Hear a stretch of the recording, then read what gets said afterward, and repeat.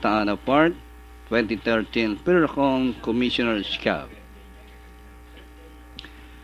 And the race is on. It's a jump start beginning for right here, right now by Darrell, and on the outside is Stencil. Strength Hagdang Bato in between runners and running import by Darrell Sparkly.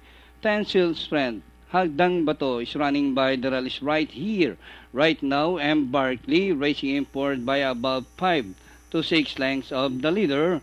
And going along for the first turn, Hagdang Bato, this time by Anek, followed by Tencil Strand in second, and 5 lengths corner back in third is right here, right now, and Barkley is bring up the rear. As they round the 3/4 mile distance, Hagdang Bato by half a length, followed by Tencil Strand in second, right here, right now is running in third by about 4 lengths, and getting closer now is Barkley. And passing the half-mile pole, Hagdang Bato by half a length, Tencil Strand in second.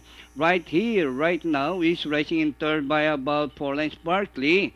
And inside the last 600, it's the same order.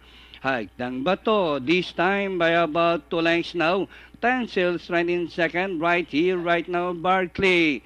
And rounding the far turn, Hagdang Bato in full throttle, this time by about 3 lengths. Tencil Strand in second, right here, right now, and Barkley as they race the final corner.